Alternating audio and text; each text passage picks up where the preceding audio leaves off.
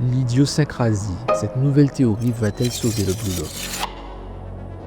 Rin rappelle à Jinpachi Ego qui n'a jamais travesti son ego, contrairement à d'autres. Dans le fond, l'explication d'Ego se tient. L'ego de Rin est devenu trop dépendant de celui d'Izagi. J'espère que cet ultime avertissement signera bien sa renaissance. En attendant, Yoichi Izagi lui a partagé sa compréhension de l'ego, ou plutôt de l'idiosyncrasie de l'ego. Si je devais faire une analogie, ça me fait penser au système de classe dans les JRPG genre FF9 ou Octopath Traveler. Chaque personnage a une classe personnalisée et son skill set est construit autour d'elle. Dans Blue Lock, ça veut dire qu'il faut créer les conditions pour que la classe rebelle d'Izagi soit compatible avec le destructeur de Rin ou l'hédoniste de Bashira. Et quand je dis compatible, je parle de rendre les réactions chimiques reproductibles.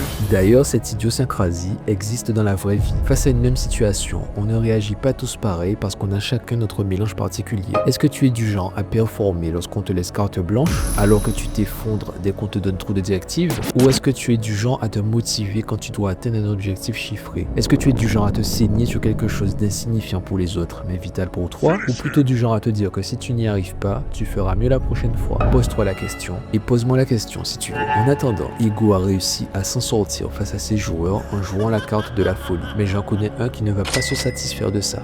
L'idiosyncrasie, cette nouvelle théorie va-t-elle sauver le Blue Lock?